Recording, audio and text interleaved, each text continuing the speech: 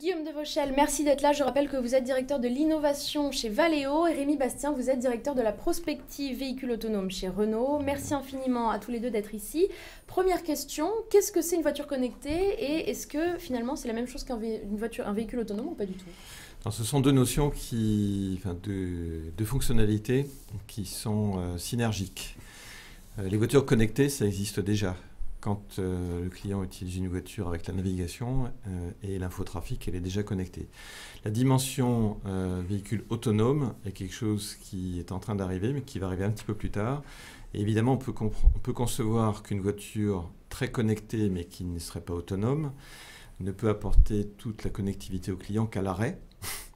Et à l'inverse, une voiture qui est autonome mais qui n'aurait pas toute la connectivité ne permettrait pas au client de bénéficier de tout ce qu'il peut trouver, soit à la maison, soit dans son bureau. Donc les deux notions sont complémentaires et vont arriver dans les années qui viennent. Alors quels sont les avantages finalement de véhicule autonome? Il y a plus de sécurité, moins de pollution? Alors, l'avantage numéro 1 du véhicule autonome, c'est de rendre du temps à l'usager. Qui n'a pas pesté contre un embouteillage dans un périphérique parisien ou ailleurs?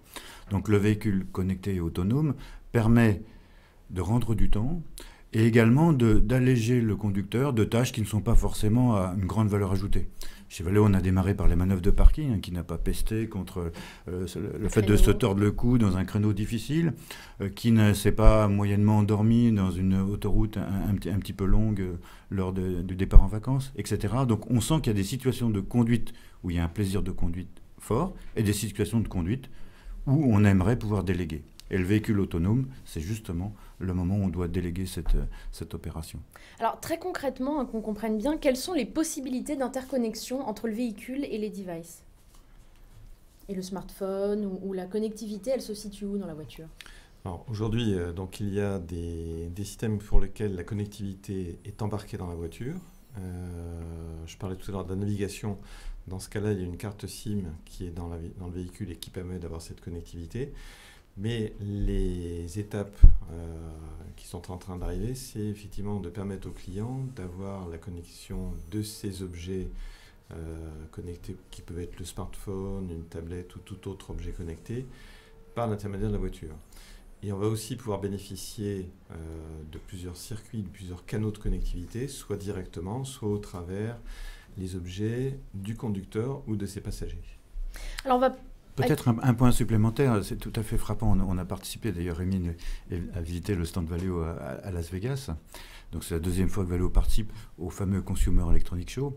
Et c'était tout à fait frappant de voir que le véhicule automobile est considéré comme la nouvelle frontière de l'Internet des objets. C'est l'objet connecté. Par excellence, avec tout ce qui se porte, les montres, etc. Donc on voit bien que sur tous les stands au CES, il y avait des voitures, et c'est nouveau. C'est donc quelque chose qui vient se surajouter à un ensemble qui existe déjà. Alors, on va parler maintenant de vos projets en cours. Quels sont, par exemple, chez Renault, les projets là sur le feu? Alors, je vais vous parler de voitures autonomes. Donc, nous avions dévoilé un démonstrateur qui s'appelle Next2 en 2014, qui montrait finalement quelle est la perspective qu'on veut faire. Juste un point, donc Guillaume a parlé du temps retrouvé pour le conducteur. Il y a une dimension qui est fondamentale au départ, c'est d'augmenter la sécurité dans les conditions où l'on conduit. Et c'est ce qui fait que tous les constructeurs aujourd'hui, on est très concentrés sur une première offre qui sera sur autoroute, d'abord dans les embouteillages et ensuite sur des parcours plus longs. On va pouvoir suppléer à des pertes d'attention ou de vigilance du conducteur. Et puisque la sécurité va être augmentée, effectivement, la voiture va pouvoir redonner du temps libre au conducteur. Donc là, on a plusieurs étapes et notre président a annoncé que nous mettrions sur le marché des véhicules autonomes d'ici 2020. Donc vous avez vu Next2, vous verrez d'autres démonstrateurs dans les mois qui viennent qui vont jalonner notre développement. Donc première étape, c'est véhicule autonome sur directement autoroute ou il y a quand même un petit... Ça sera donc, oui, on va vraiment se centrer sur les conditions autoroute. Les chaussées sont séparées, il n'y a pas de feu, il n'y a pas de croisement, il n'y a pas de cycliste. Donc en fait, on réduit beaucoup le nombre de situations sur lesquelles la voiture doit décider. Et on peut également éviter au conducteur, par perte de vigilance, de changer de fil au moment où il y a un deux roues qui passe entre des voitures et donc contribuer à réduire énormément les risques de collision avec des vulnérables. Alors concrètement, il y aura des capteurs partout sur le véhicule, il y aura des caméras, comment ça se dessine comment? Alors tout d'abord, le véhicule autonome et connecté, c'est une ambition. On a l'ambition chez Valeo, on dit d'être intuitif, d'offrir une fonction qui est simple à utiliser et qui paraîtra, j'espère, dans quelques années, totalement banale. Alors pour que ce soit simple pour l'usager, il faut que ce soit très sophistiqué techniquement. Donc nous développons des capteurs, des scanners LIDAR qui permettent une reconstitution 3D de l'environnement absolument extraordinaire, donc positionner le véhicule dans son environnement de manière à faire toutes les opérations nécessaires. On travaille aussi beaucoup sur l'interface homme-machine, et notamment dans ces phases de transition, puisque le véhicule autonome ne va pas arriver d'un bloc. Il y aura d'abord des fonctions limitées, dans les embouteillages, dans les manœuvres de parking, sur autoroute bien dégagée. Donc il y aura cette phase de transition délicate entre la manœuvre autonome et la reprise en main par le conducteur. On travaille sur des interfaces homme-machine différentes. Et on travaille bien sûr sur les fonctionnalités offertes par cette connectivité. Un exemple, une ligne de produit qui peut paraître totalement banale, comme l'essuie-glace, va contribuer à ce véhicule autonome. Qui dit véhicule autonome dit caméra, qui dit caméra dit flux d'images propre. Donc le pare-brise doit être nettoyé. Donc cet objet de tous les jours qui est l'essuie-glace va se transformer pour permettre de nettoyer une caméra sans aucun gêne pour l'utilisateur. Et puis après, on va un petit peu plus loin. On dit, si cet essuie-glace devient intelligent, eh bien, pourquoi pas offrir une fonction supplémentaire qui est par exemple le dégivrage l'hiver ou le démoustiquage l'été. Donc vous voyez que pas à pas, l'usage de la voiture va complètement changer. Tout le monde a oublié les starters. Il y a des nouvelles fonctionnalités en fait en permanence et à vous finalement de les dessiner. Vous êtes en train de les dessiner finalement. Oui, alors ça tout part toujours du client final et comment ce qui s'est passé dans toute l'histoire automobile, comment on lui simplifie la vie progressivement. Donc les exemples que donne Guillaume sont partie de ces exemples-là, mais c'est comment finalement on arrive à débarrasser le client de tâches qui sont rébarbatives, tout en continuant un axe qui me semble vraiment essentiel à rappeler, c'est la dimension sécurité. Les voitures sont dans un trafic avec d'autres usagers. Ouais. C'est pas comme un smartphone, voilà, justement. Exactement. Alors, petite question, mais on peut passer à l'heure actuelle le permis auto, le permis automatique, donc manuel. Est-ce que vous pensez que d'ici 10 ans, on pourra passer le permis autonome, ou je ne sais pas comment on pourrait l'appeler? En tout cas, les autorités se posent sérieusement la question, puisqu'effectivement, aujourd'hui, il faut créer un cadre légal, donc législatif. D'abord, il y a une loi, il y a aussi une convention de l'ONU, appelée Convention de Vienne, et il y a également tous les textes réglementaires à adapter à ces nouveaux usages. Et j'ai vraiment l'impression qu'en France, il y a une volonté des pouvoirs publics d'accompagner ce mouvement plutôt que de le freiner. Et ça, c'est très positif pour permettre notamment, comme à Bordeaux la semaine prochaine, d'expérimenter des véhicules autonomes, donc ces fameuses plaques W qui permettent de faire des expérimentations. Donc on voit qu'il y a, exactement comme je citais tout à l'heure, l'impact sur les essuie-glaces ou l'impact sur n'importe quelle ligne de produit, il y aura un impact sur chacun d'entre nous. C'est ce que la technologie propose et ce que vous attendez. Et donc, évidemment, les modes d'usage vont changer. Et notamment une période très délicate de quelques véhicules autonomes dans un trafic de véhicules qui ne sont pas autonomes et avec des conducteurs qui ne respectent pas toujours le code de la route. Oui. À ce titre-là, je pense qu'on peut effectivement souligner que la France cherche vraiment à soutenir ce changement important. C'est dans les plans, innovant en France. C'est dans les plans Nouvelle France industrielle. Et donc là, le pilotage de cette action qui regroupe les industriels et les académiques, donc piloté par notre président Carlos Ghosn, a pour but justement de créer toutes les conditions, qu'elles soient technologiques, mais aussi tout ce qui va autour, donc le critère légal, les conditions d'émergence, d'appropriation, pour qu'on puisse passer à cette étape. Et je pense qu'effectivement la France a de bonnes conditions pour jouer un rôle clé dans la suite. Alors on va parler un petit peu du cloud. Est-ce que vous vous appuyez dans les nouvelles innovations sur le cloud, sur la data? Vous regardez tout ça de près, ça permet de nouveaux usages? Oui, chez Renault par exemple? Bon, déjà quand on parle aujourd'hui dans les applications qui sont dans nos voitures avec notre objet AirLink qui fait que la voiture est connectée, nous avons une connexion de la voiture avec une plateforme qu'on a faite en partenariat avec Atos. Alors qui permet aux clients d'avoir accès à différents services. mais on peut continuer à développer ces notions de service.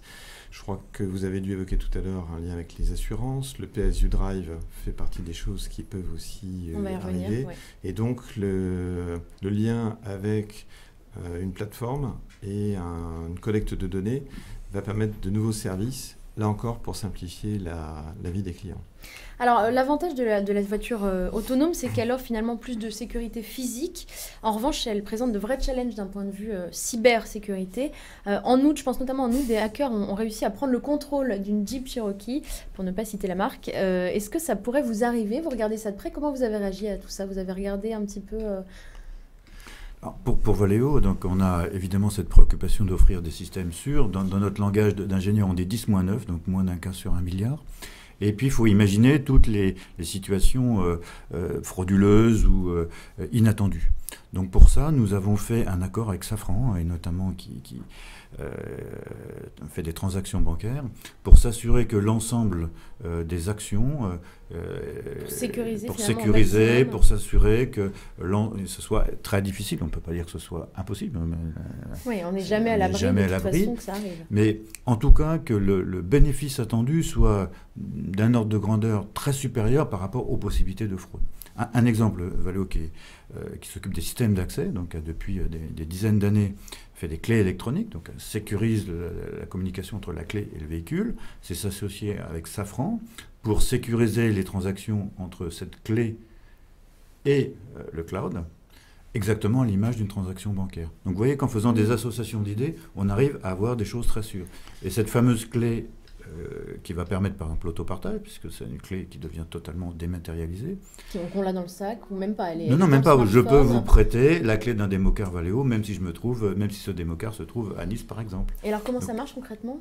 Concrètement, le téléphone du conducteur va émettre un signal qui permet à un autre téléphone de recevoir ce signal. Et la voiture va reconnaître le nouveau téléphone. Et ça, typiquement, c'est difficile à hacker ou on peut, si on retrouve le signal? Alors, c'est là où on a fait beaucoup d'efforts pour que la clé virtuelle soit dans un lieu sécurisé, un coffre-fort, que la transaction soit, comme les transactions bancaires, extrêmement sécurisée, etc. Donc, c'est chaque détail qui doit être regardé. Alors aujourd'hui, finalement, les constructeurs, je vais peut-être me faire taper dessus, mais sont plus des assembleurs que réellement des constructeurs. Vous assemblez beaucoup de pièces qui viennent d'à droite à gauche. Comment est-ce que dans ce contexte, vous maîtrisez l'ensemble de la chaîne de production et donc la sécurité? Alors, assembleur, pourquoi pas. En tout cas, le constructeur, c'est l'interlocuteur direct avec le client final. C'est lui qui porte la responsabilité. Donc, plus qu'assembleur, je prendrais plutôt le terme d'architecte. C'est-à-dire que le constructeur, effectivement, conçoit un véhicule qui est tout un ensemble, sur lequel il lui revient de faire appel à différents fournisseurs selon les systèmes ou sous-systèmes correspondants. Mais à la fin, c'est bien le constructeur qui fait une voiture qui est complète. Mais on imagine bien la complexité, et non pas un sac de tout pièces. Vérifier. Voilà. Alors, comment est-ce que vous faites? Vous parliez de cybersécurité. Je pense que là aussi, l'expression qu'a employée Guillaume tout à l'heure sur la course entre l'épée et l'armure, on est dedans et il faut être humble. Les solutions qui sont employées aujourd'hui répondent à un contexte d'aujourd'hui, mais ne répondront pas au contexte de dans quelques mois. Notre industrie est probablement un petit peu plus récente dans ce monde de la connectivité. Donc, Guillaume a parlé de la relation entre Valeo et Safran. Nous faisons partie aussi de l'Institut de recherche technologique Systemix, qui est très intéressant pour nous, puisqu'il regroupe des industries comme l'aéronautique, comme le nucléaire, comme la défense, comme le ferroviaire, le bancaire. Et donc, je pense que vraiment, c'est très important que l'industrie automobile soit en relation avec les autres industries qui sont confrontées à ces mêmes risques. Après, charge à nous d'être en phase avec tout ceci. Mais de toute façon, on va être en permanence avec une contre-mesure qui sera piratée par d'autres. Il faut vraiment considérer qu'on est dans une course qui n'est pas prête d'être terminée. Et je crois que Rémi a eu raison de souligner que l'industrie automobile n'est pas seule. C'était l'IRT Systemix, mais également l'ITE VDCOM, où l'IA, dont le rôle c'est de développer une nouvelle mobilité, et notamment à partir des véhicules autonomes, qui accueille aussi non seulement l'industrie automobile, mais Safran, Atos, etc., tout un tas d'autres industries, et aussi les opérateurs, les collectivités territoriales. Oui. Alors, on assiste à l'émergence de nouveaux business models avec évidemment la location de voitures, des nouveaux comportements avec le covoiturage. Est-ce que ça pourrait impacter les innovations futures? Est-ce que vous vous intéressez à tout ça de près? Alors, il y a en tout cas un opérateur qui est très reconnu sur Paris, là, donc avec Autolib. Et Renault a établi également un partenariat avec Autolib. Donc ce sont des dimensions qui vont toucher la mobilité, notamment en conditions urbaines. Ça ne va pas toucher immédiatement le business automobile classique, mais c'est quelque chose sur lequel c'est très très important qu'on commence effectivement à regarder les impacts. Voiture autonome, j'ai parlé tout à l'heure des constructeurs automobiles de toute la profession qui va commencer par simplifier la vie des clients actuels. Quand on regarde des opérateurs qui ne sont pas dans le monde automobile comme Uber ou Google, regarde la voiture autonome mais par un autre angle. C'est comment offrir une mobilité sans chauffeur en ville. Donc ce sont des nouveaux acteurs avec lesquels nous, constructeurs, on commence à engager des discussions de façon à voir comment participer à ces nouvelles mobilités. Alors on assiste également évidemment à l'arrivée de plus en plus présente de la voiture électrique, mais ça met quand même un petit peu de temps, on n'y est pas tout à fait. Comme ça, à vue de nez, vous diriez dans combien de temps il y aura plus de voitures électriques dans les rues que de voitures à moteur thermique? Alors, déjà, les véhicules électriques, il y en a dans la rue. Aujourd'hui, c'est un petit mais pourcentage. En majorité. Mais en majorité, je pense, dans assez longtemps, les études montrent 20, que... 30 ans? Dans combien de temps? Je dirais que l'industrie automobile a une très bonne vision à 10 ans. Et dans 10 ans, ça restera marginal. C'est dans le brouillard. Après, non, c'est pas dans le brouillard. On parlait du lien avec le véhicule autonome. C'est beaucoup plus facile de faire un véhicule autonome à propulsion électrique qu'un véhicule à propulsion thermique. Et donc, on voit qu'il y a une interaction entre les différents paramètres. Et donc, il faut se garder d'être trop affirmatif. Aujourd'hui, dans ce que nous donnent nos livres, c'est qu'aujourd'hui, le véhicule électrique restera quelques pourcents, voire une dizaine de pourcents, dans l'horizon prévisible. Mais tout peut changer. On parlait tout à l'heure de la mobilité en ville. On peut très bien imaginer que pour supprimer la pollution locale, à ce moment, le véhicule électrique devienne la bonne solution. On peut imaginer aussi que le problème des batteries, qui est aujourd'hui un problème important, dans un litre d'essence. En ville pas vraiment, non, il y a besoin d'autonomie. Et aujourd'hui, dans un litre d'essence, il y a la même énergie que dans 30 kg de batterie. Si on est optimiste, on peut très bien imaginer un grand progrès technologique. On peut très bien imaginer aussi l'émergence d'une filière hydrogène, etc. Alors Rémi, vous en parliez, l'arrivée d'Apple, Google, Tesla, tous ces nouveaux acteurs tech qui arrivent finalement sur le marché automobile et qui s'intéressent à la voiture de demain, au-delà de ça. Est-ce que ça vous fait peur ou au contraire, vous le disiez un petit peu avec l'Autolib, c'est des possibilités de partenariat, d'avancer ensemble?